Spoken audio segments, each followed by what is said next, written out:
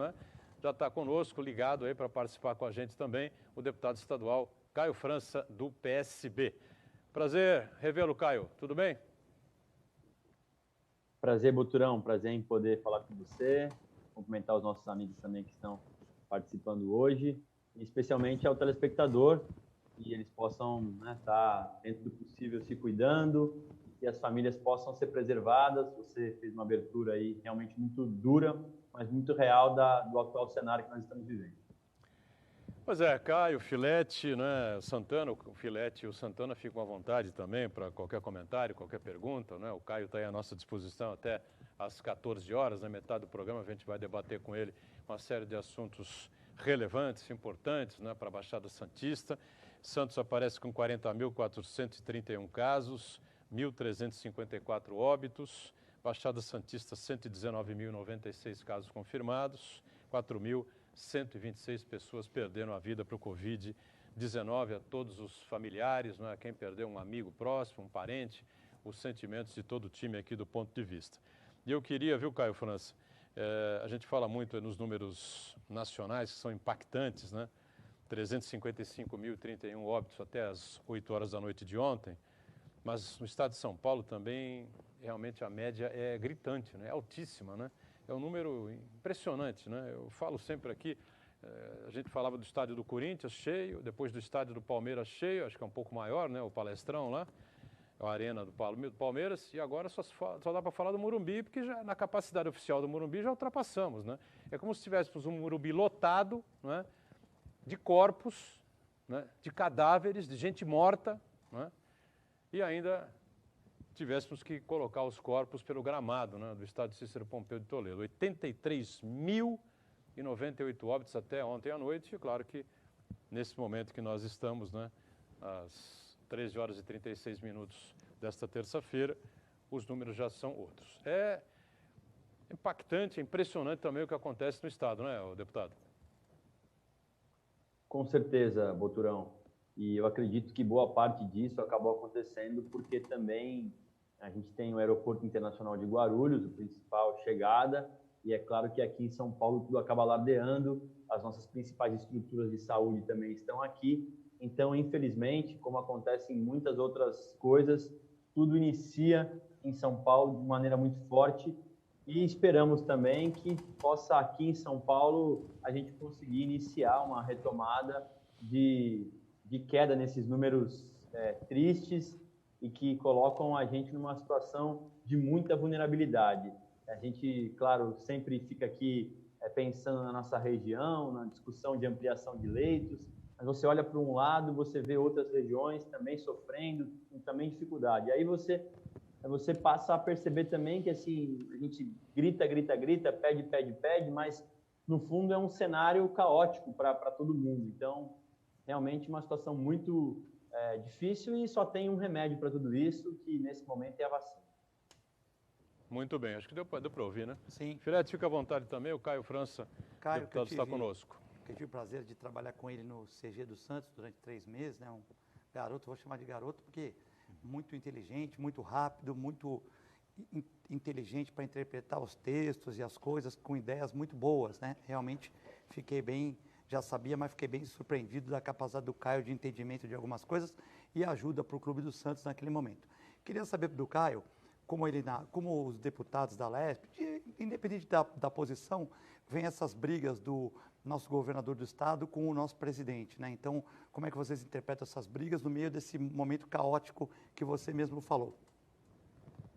Obrigado pela gentileza, Filete. Prazer também foi ter convivido com você durante esse período.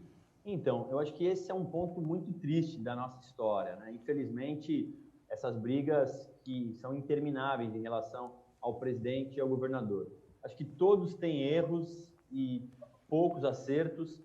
No caso do presidente, obviamente, desde o início, o negacionismo em relação à vacina custou muito caro para ele e especialmente para os brasileiros e para as famílias que perderam alguém.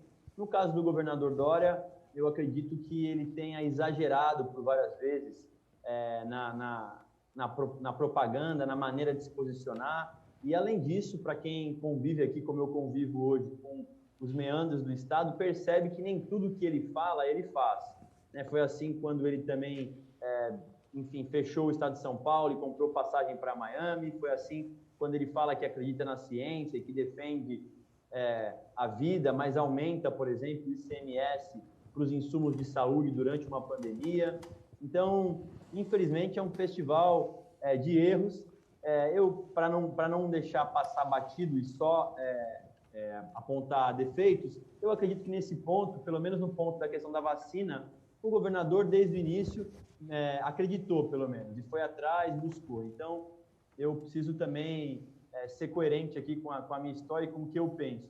No caso do presidente Bolsonaro, ele, desde o início, negou a questão da vacina, mas, no todo, eu entendo que essa briga entre um e outro não faz bem à nação e acaba faltando uma grande liderança capaz de poder dar o tom, organizar, como a gente tem visto em alguns outros países acontecerem.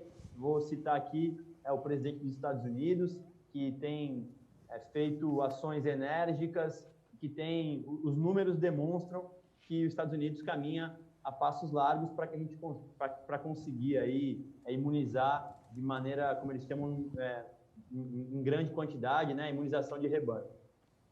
Essa linha seguida pelo deputado Caio França é basicamente a linha que nós seguimos aqui. A gente já fez inúmeras críticas, né, e cobranças, né, ao governador de São Paulo, João Dória. Primeiro lá atrás, né, em janeiro de 2019, quando ele assumiu, que ele cortou os convênios, a primeira vez na história do estado de São Paulo que um governador assume e não cumpre, além de não cumprir, corta os convênios assinados pelo governador anterior, prejudicando barbaramente as cidades da Baixada Santista, em especial aqui Guarujá, São Vicente e Santos. Né? Depois, essa questão aí do Caio levantou, aí, levantar a questão do aumento do ICMS, enfim, para mercado de carros usados, para os insumos, essa coisa toda. É inacreditável a falta de bom senso que teve o governador do estado e o seu secretário de Finanças, Henrique Meirelles, com relação a esse tema no meio do combate ao vírus, no meio de uma pandemia. Mas, por outro lado, nós sempre elogiamos aqui a iniciativa do Dória de trazer a vacina. Se não fosse essa iniciativa do governador do estado, vacina praticamente nenhuma teríamos no Brasil. Marcos Santana, pois não. Deputado Caio França, boa tarde. Como o Edgar Butrão lembrou muito bem, aqui no programa nós criticamos o gestor público quando ele merece crítica e também elogiamos quando ele merece ser elogiado. Criticamos duramente o presidente Jair Bolsonaro aqui por conta do negacionismo, da falta de gestão para aquisição de vacinas. No ano passado, o Jair Bolsonaro ele recusou a oferta de 400 milhões de doses de vacina. E também elogiamos, por outro lado, o governador João Dória, porque ele apostou na ciência, ele apostou na produção, no convênio com a parceria com a China e apostou nos técnicos do Butantan. E 90% hoje das vacinas aplicadas nos brasileiros vem do Butantan. Mas, ao mesmo tempo, nós também criticamos o governador João Dória pela posição errática, muitas vezes contraditória, com relação às regras de restrição à atividade econômica, ao comércio, à circulação de pessoas. Então, eu gostaria de saber do senhor que o senhor fizesse uma avaliação sobre essa maneira como o governador vem adotando essas restrições, se ele acertou mais do que errou e se ele tem ouvido os deputados da Assembleia Legislativa para ouvir sugestões, opiniões e críticas, porque, afinal, os deputados são, de fato, os representantes do povo. Olá, Santana, boa tarde. Pois o governador João Dória, na minha avaliação, ele escuta pouco. Ele se cercou de algumas pessoas que definem as ações e que, por si só, definem o que tem que acontecer. Na minha avaliação, desde o início, o que eu critiquei do Plano São Paulo são duas coisas, basicamente. A primeira delas é que faltou, na minha interpretação, avaliar a dependência de cada região em relação às atividades que estão sendo interrompidas. Tem região que depende mais do setor de serviços, tem região que depende menos.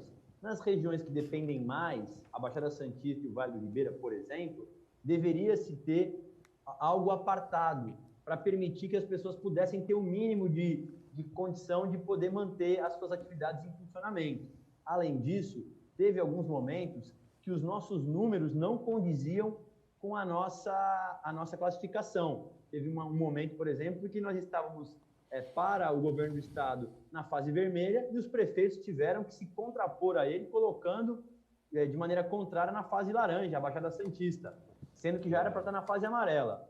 Hoje, no atual cenário, eu não tenho dúvida que era preciso fazer alguma coisa mais enérgica, pela quantidade de leitos ocupados, pelo número de óbitos a cada 100 mil habitantes, então eu compreendo. Agora, na minha interpretação, faltou, com a outra mão, estender a mão para esse mundo todo de pequenos empreendedores, especialmente os colaboradores, os funcionários, para que eles pudessem se manter sobrevivendo durante esse período. Então, faltou isso na minha avaliação por parte do governo do estado. O governo federal apresentou no ano passado o Pronamp, né, a redução de jornada, ou mesmo os empréstimos para poder quitar a folha salarial, mas com pouco acesso, apenas os grandes conseguiram ter acesso a isso. Os próprios bancos criaram regras próprias e a gente está tentando, aí, forçando uma barra para que o governo federal reapresente esses programas. O governo federal retomou o auxílio emergencial, mas um valor muito irrisório. Essa semana deveremos votar o auxílio emergencial do governo do estado, que eu apresentei 3 emendas, porque achei um universo muito pequeno de pessoas contempladas, chegando de 250 até 450 reais, que deve chegar a até 100 mil pessoas beneficiadas, o que também, para mim, é muito pouco. Então, nesse sentido, assim, a minha crítica especificamente do Plano São Paulo é a questão envolvendo a falta de um requisito, que seria, como já disse, a avaliação da dependência daquela região em relação às atividades que estão sendo interrompidas, e também os erros em relação à real condição, em alguns momentos, para a classificação final. A Baixada Santista acabou pagando um pato, pelo menos durante 2 semanas, na fase vermelha, quando, na verdade, deveríamos estar na fase amarela. É verdade, muito bem lembrado, né? Houve um equívoco aí terrível, né? Que causou transtornos absolutamente desnecessários aqui a toda a nossa região metropolitana. O Caio, o governador João Dória anunciou em 8 de março, né, a instalação de mais um hospital de campanha aqui no nosso ambulatório de especialidades médicas, o AME, né, aqui na cidade de Santos. Seria mais um hospital de campanha, todos nós lembramos disso, né, para a Baixada Santista, centralizado aqui em Santos. Até agora não foi efetivado, né? Até agora não aconteceu.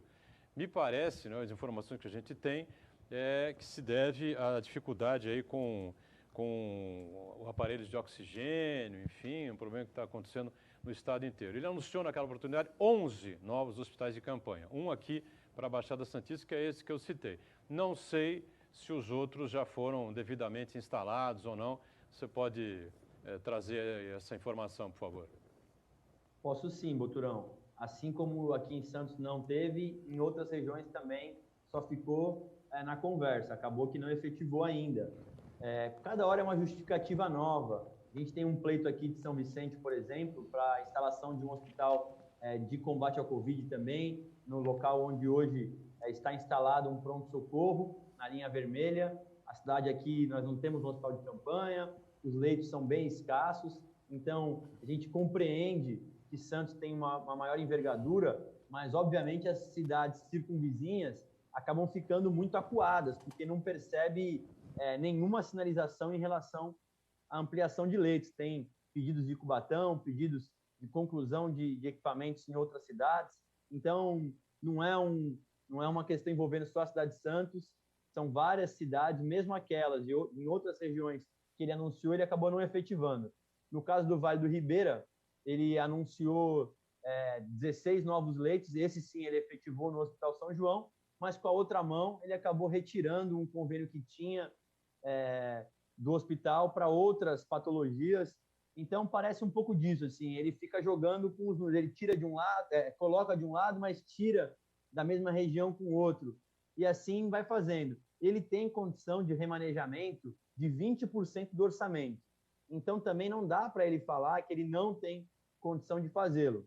Ele ainda teve isso, de aumentar os impostos, e isso já estava constando no orçamento novo que nós estamos em execução. Então, assim, é mais boa vontade mesmo e ter esse olhar cirúrgico para perceber que nós precisamos, nesse momento, né, ampliação de leitos mesmo, tanto de UTI quanto de enfermaria. A gente eu tenho tido conversas com secretários municipais de saúde, muitos reclamam da falta de insumos, tanto do kit de intubação, que você falou, da questão de cilindros de oxigênio.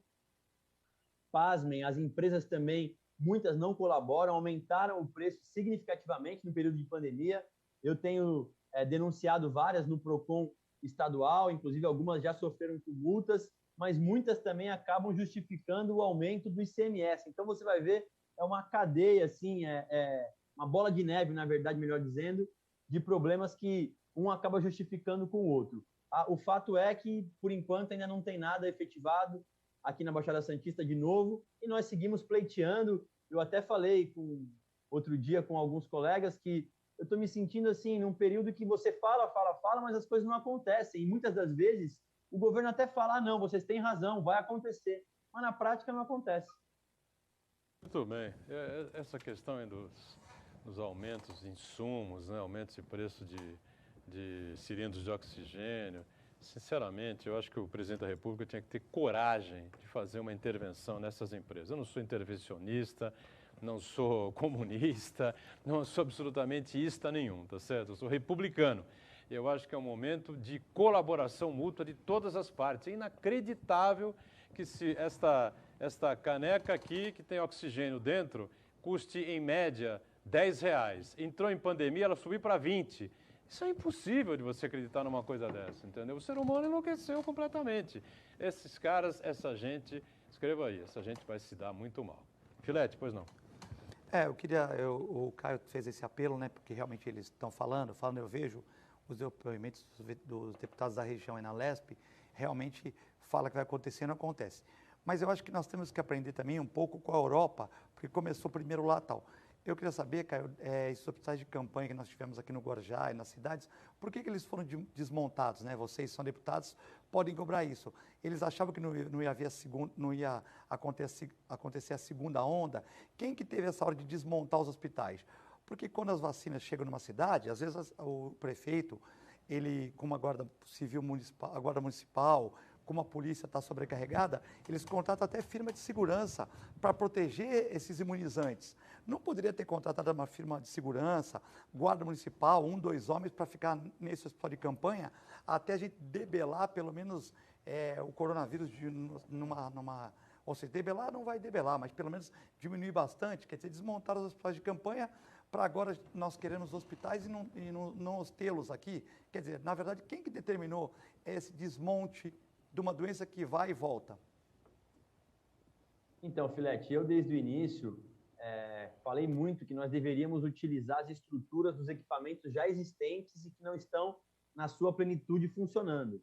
Eu falei aqui do exemplo de São Vicente, mas poderia citar, por exemplo, o Hospital Vitória, em Santos, que foi contratualizado também pelo Estado e é um equipamento que vai perdurar. Poderia falar dos estivadores, do Irmanduce, do HRI em Itanhaém, do Santo Amaro, no Guarujá. Então, eu teria insistido muito em utilizar na plenitude os equipamentos que já existem para que, assim que acabasse esse período drástico da nossa história, que as coisas que a gente gastou, que elas perdurassem. Alguns optaram, e eu compreendo também, por hospitais de campanha. O fechamento ou não, é claro que, infelizmente, alguns não tiveram a previsibilidade de perceber que teria uma outra a cepa, né? A segunda cepa, que é essa que nós estamos vivenciando ainda mais forte do que a primeira. Claro que isso tinha a ver com o custo também, você não... acho que foi mais ou menos em novembro, dezembro, quando parecia que poderia melhorar, então eles acabaram recuando com relação aos hospitais de campanha. Agora, tudo isso teria sido evitado se tivéssemos insistido em ampliar ou então em utilizar 100% dos equipamentos existentes. Você vai aqui, por exemplo, em São Vicente mesmo, nós temos o Hospital São José, onde tem alas e mais alas fechadas, você conhece tão bem. Em Cubatão tem também, tem o antigo Hospital Modelo, tem alas inutilizadas também. Então, aí é uma decisão individual de cada um dos gestores. Alguns vão alegar, claro, a falta de recurso, e por isso acabaram fechando durante o período que parecia que ia melhorar. mas de fato, no meu entender, desde o início, o investimento deveria ser prioritariamente nos equipamentos já existentes. A cidade de Santos foi muito bem, né, na gestão do coronavírus, do combate ao coronavírus. Não pode esquecer nunca, né, da capacidade de gestão, da competência, da coragem do prefeito Paulo Alexandre Barbosa. No ano passado, as atitudes foram quase que 100% perfeitas, né? E seguindo a risca, o prefeito Rogério Santos também vai no mesmo caminho. É claro que o Rogério agora pegou uma batata mais quente um pouco, né? Foi um drama para o Paulo Alexandre, um drama pior ainda, está enfrentando o Rogério Santos, como disse ontem aqui, sentado onde está o Filete, o secretário Fábio Ferraz, quando era secretário de Saúde. Nós tivemos 185, 190 pessoas internadas nas UTIs, no pior momento da pandemia em 2020. Temos 360, o dobro praticamente, né, de pessoas internadas agora nas últimas semanas na UTI aqui em Santos. Ou seja, nós estamos vivendo um momento pior do que em 2020. Pois não, Santana? O deputado, infelizmente, muitos moradores do estado de São Paulo acham que isolamento, restrição, até feriados, num contexto de pandemia, acham que é para viajar, para passear, acham que é para diversão. E nesse sentido, a Ecovias, que explora o sistema Anchieta Imigrantes, também deixou de dar sua parcela de colaboração. Em São Paulo, por exemplo, foi decretado um mega feriado pelo prefeito Bruno Covas e muitas pessoas vieram para cá como se fosse para finalidade de diversão, né? E isso obrigou os prefeitos da nossa região a interditarem as praias, uma medida extrema. Então eu gostaria de saber do senhor como é que a Assembleia Legislativa viu essa postura da Ecovias e se é possível fazer alguma coisa. A Ecovias e o governador alegam que existe uma questão contratual aí, mas me parece que falta pelo menos um pouco de bom senso e empatia da Ecovias. Faltou coragem ao governador para fechar as rodovias do estado, deputado? Boturão, quando esse projeto de lei, porque nós votamos uma antecipação de feriado também, prolongado, estadual. Se eu não me engano, foi no ano passado, me fugiu agora, não sei se foi em julho, foi algo assim. E eu votei contra porque eu dizia que, infelizmente, as pessoas não iam compreender e iam entender que essa antecipação de feriado era como se fosse mini férias. E a Baixada Santista, o litoral todo, acabava se prejudicando. Tanto que eu dei um trabalho muito grande à época para eles conseguirem aprovar. Eles conseguiram aprovar por 1 ou 2 votos, se eu não me engano. E aí a gente conseguiu, inclusive, reunir todos os deputados, mesmo os da Baixada, que fazem parte do arco de aliança do governo, votaram contra. Então, foi um episódio bem simbólico aí na Assembleia. Nós ficamos por madrugada para eles conseguirem votar esse projeto. Sem dúvida, faltou isso por parte do governo do Estado. Tinham, como é que fala? Eles fizeram aquela história de poder avisar, de poder dificultar e tal, de fazer aqueles anúncios, né? Evite descer a serra, feriado não é férias, coisas assim. Mas eu achei que poderia ter sido mais duro com relação a isso. E essa antecipação de feriado, no meu entender, deveria ser combinado com todo mundo, né? Para que não fique uma região assim ou outra assada, porque, no nosso caso, como eu disse, se o pessoal que mora na Grande São Paulo pensa em feriado prolongado, eles pensam no litoral, pensam em praia. Infelizmente, nem todo mundo tem a consciência em relação ao que está vivendo, e também alguns têm casa aqui, então você tem até dificuldade de fazer uma barreira sanitária, porque a pessoa tem residência na região. O problema é que não vem junto a estrutura retaguarda hospitalar, né, para esse período. Se viesse junto a retaguarda hospitalar ainda, você fala, olha, tudo bem, o governo do estado está ampliando aqui, com a sazonalidade da população, eles estão ampliando o número de leitos e tal, mas não é isso.